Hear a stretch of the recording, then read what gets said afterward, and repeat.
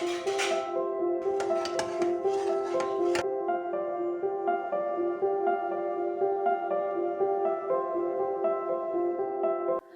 Everyone, good morning. কেমন আছো সবাই? আশা করি তোমরা সবাই অনেক অনেক ভালো আছো, আর আমরাও এখানে খুব ভালো আছি। মৌসুমী গাঙ্গুলির লাইফস্টাইলের আরও একটি নতুন ব্লগে তোমাদের সবাইকে ওয়েলকাম।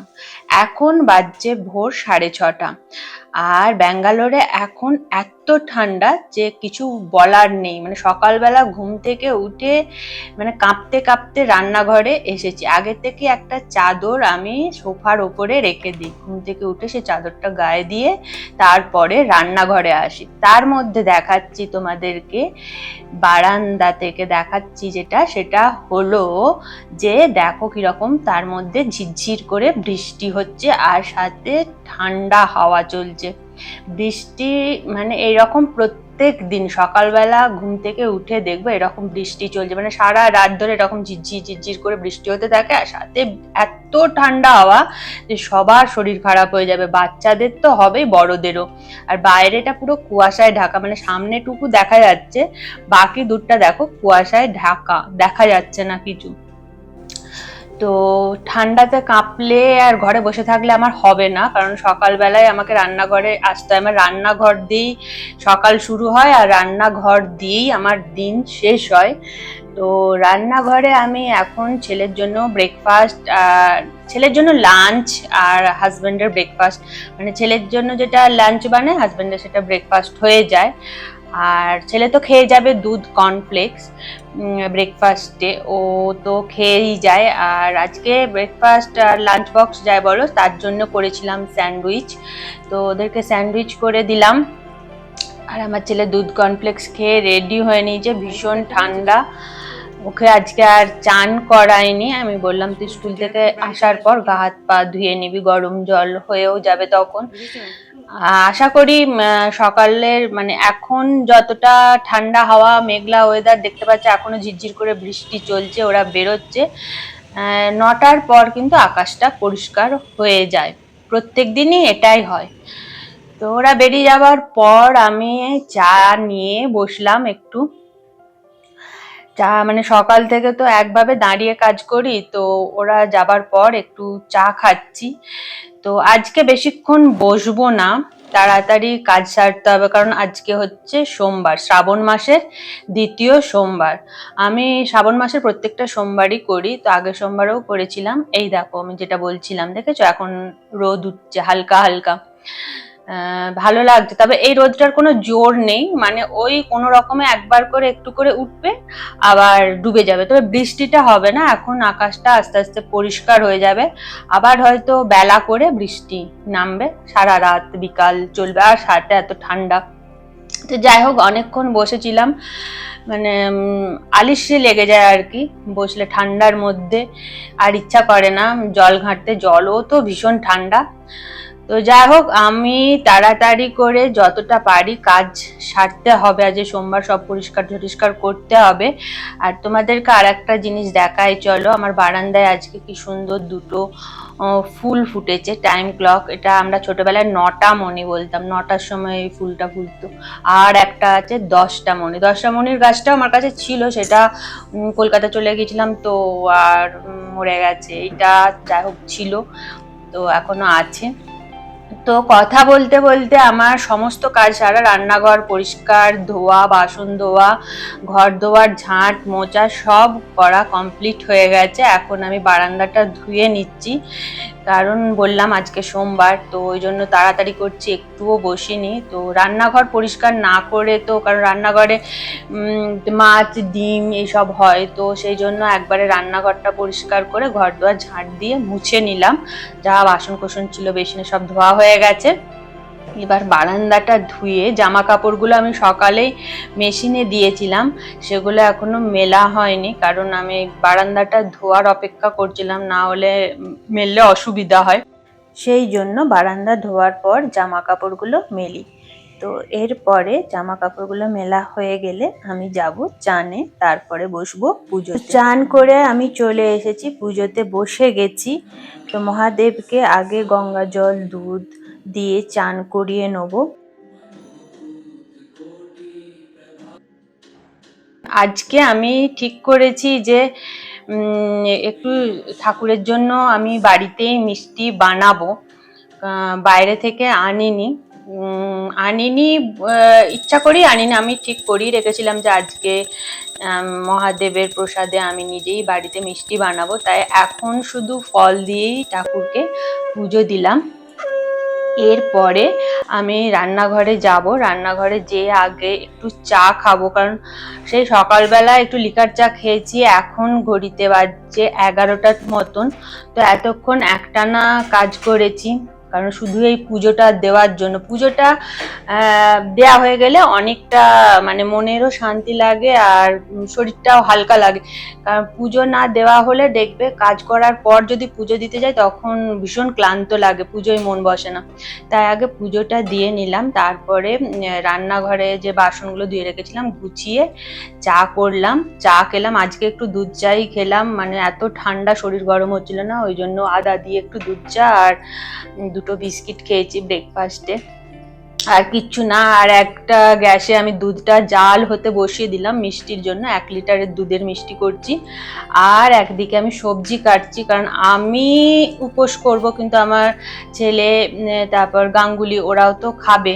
তো আমার ছেলে স্কুল থেকে এসে এখন ভাত খায়, তো তারপর রাতেও খাবে, তো একবারই একটা নিরামিষ তরকারি করবো বলেই ঠিক করেছি। তো বাড়িতে পটল আলু ছিল আর সয়াবিনও ছিল, তো আলু পটল সয়াবিন দিয়ে একটু ঝোলঝোল করে তরকারি করে নিচ্ছি। আর ডাল করা আছে, আজকে আর কিছু করতে পারবো না। এই আজকে ডিনার লাঞ্চ দুটোই আমার ছেলে আর গাঙ্গুলির হয়ে যাবে। তো আমি দেখো দুধটা জাল হতে বসেছি। মিষ্টিটা করা ভীষণ সোজা, কিন্তু কঠিন কাজ হলেও এই দুধটা জাল দেয়া। তুমি যে দুধটা জাল দিয়ে বসে থাকবে বা অন্য কাজ করবে সেটা কিন্তু হবে না, দুধটা সমান নিয়ে নাড়িয়ে যেতে হবে। এইভাবে যেভাবে আমি দেখো করছি, দুধটা নাড়িয়ে নাড়িয়ে নাড়িয়ে ঘন করতে হবে। তুমি এমনি বসিয়ে দিয়ে কাজ করতে থাকলে কিন্তু সেই ঘন করলে হবে না। তাহলে আমি যে মিষ্টিটা করব প্যাড়া, মানে যে দক্ষিণেশ্বরে বা কোনো কোথাও গেলে দেখবে ছোট ছোট প্যাড়া দেয়, আর খেতে খুব সফট হয় আর খেতে খুব সুন্দর হয়। তো আর যদি তুমি বসিয়ে রেখে দাও তো প্যাড়াটা হবে ঠিকই, কিন্তু একটু শক্ত হবে আর কি। তো সেই এখন বাজছে 1টা, সেই কখন দুধটা জাল হতে বসেছিলাম, তো পুরো দুধটা মেরে, আমি এখানে কোনো খোয়া বা কিছু ব্যবহার করছি না, শুধু প্লেন দুধেরই করছি। খোয়া আমার বাড়িতে নেই, আমি আনি না, খোয়া ব্যবহার করি না। তো এবার শুধু গোল গোল করে, মানে গরম থাকা অবস্থাতেই গোল গোল করে একটু প্যাড়ার মতন ওই আঙুলে করে, বুড়ো আঙুলে করে টিপে দিচ্ছি। যদি তোমাদের কাছে ওই ছাঁচ না সাজ বলে সেটা থাকে তো সেই দিয়েও তোমরা করতে পারো, আমার কাছে ছিল না, তো আমি ওই যেমন সিম্পল হয় প্যাড়া দেখতে আমি সেরকমই করছি। খুবই করাটা সোজা, কিন্তু শুধু ওই একটাই যে দুধটা যতক্ষণ জাল হবে ততক্ষণ নেড়ে যেতে হবে। তো এই করতে করতে আমার হাতে ভীষণ ব্যথা হয়ে গেছে। তো এবার আমি আগে ঠাকুরকে দিয়ে দেবো, ঠাকুরের জন্য যে মিষ্টিটা আমি বানিয়েছি মহাদেবের জন্য, আজকের দিনের জন্যই আমি আজকে এই প্যাড়াটা করলাম বাড়িতে। তো তখন দিতে পারিনি ঠাকুরকে, তো এখন দিলাম। তো এরপরে দেখো এখন 2:30 বাজছে, আর দেখো হালকা করে ঝিরঝির করে বৃষ্টি নেমে গেছে। 2:30 না, 2:30 পৌনে 3টে বাজছে এরকম, ঝিরঝির করে বৃষ্টি অলরেডি আবার শুরু হয়ে গেছে। আমার ছেলে এখনো আসেনি, তো ও আসার আগে আমি খেয়ে নিচ্ছি, কারণ টেবিল ফেবিল সব মোছা আছে, ওকেও খেতে দেবো। আমি আমার হাতের 1 মুঠো গোবিন্দভোগ চাল আর আলু সেদ্ধ করে নিয়েছিলাম প্রেসারে, আর ঘিটা বাইরে রেখেছিলাম আর ফ্রিজে ঢোকাইনি। আমার খাওয়া হয়ে গেছে, তারপর রান্নাঘরে প্রচুর বাসন পড়ে আছে, সব বাসন ধুতে হবে। তার আগে তোমাদেরকে একবার বাইরেটা দেখিয়ে নিই। দেখো বৃষ্টি নেমে গেছে, একদম ভালো রকম এখন বৃষ্টি হচ্ছে আর ভীষণ ঠান্ডা হাওয়া চলছে। আমার ছেলেও বাড়িতে এসে গেছে, যাক বৃষ্টিটা মানে ঝমঝম করে নামার আগেই ও বাড়িতে চলে এসেছে, খুব জোরে বৃষ্টিটা নামার আগে। এটাই রক্ষে, কারণ এর আগের দিন ড্রয়িং স্কুল থেকে ফেরার পথে বৃষ্টিতে ভিজে এসে ঠান্ডা লেগে গেছে, তাই আজকে সকালবেলা চান করায়নি, ঠান্ডাটা আরো না হলে বেশি করে লেগে যেত। তো এখন গা হাত পা ধুয়ে ও খেতে বসে গেছে, আর আমি এদিকে বাসনগুলো ধুয়ে নিচ্ছি।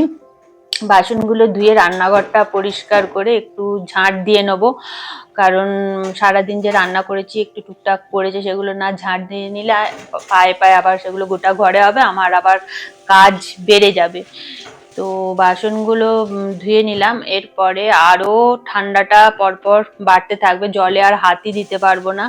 সেই সকাল 6:30টায় রান্নাঘরে ঢুকেছিলাম, আর এখন ঘড়িতে বাজছে 4:30-এর কাছাকাছি।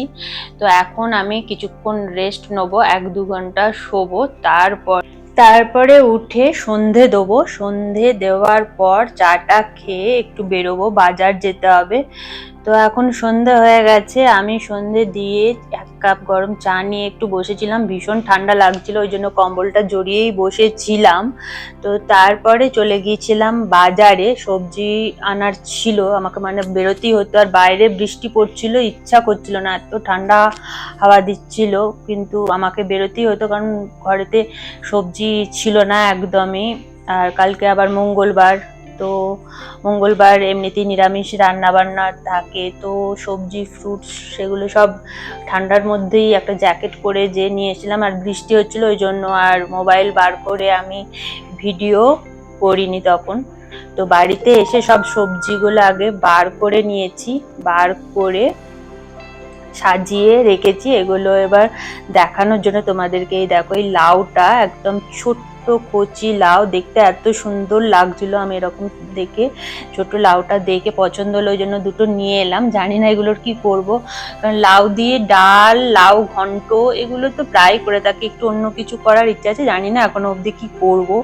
ননভেজ তো নয়ই, কারণ মাছ মাংস আমার ফ্রিজে নেই, সেই বৃহস্পতিবার এখানে মাছ আসে।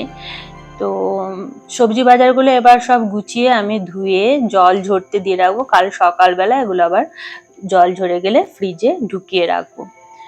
তো ভিডিওটা আমি আজকে এখানেই শেষ করছি। তোমাদেরকে যে মিষ্টির রেসিপিটা দেখালাম, পেড়ার রেসিপিটা, তোমরা অবশ্যই বাড়িতে ট্রাই করো।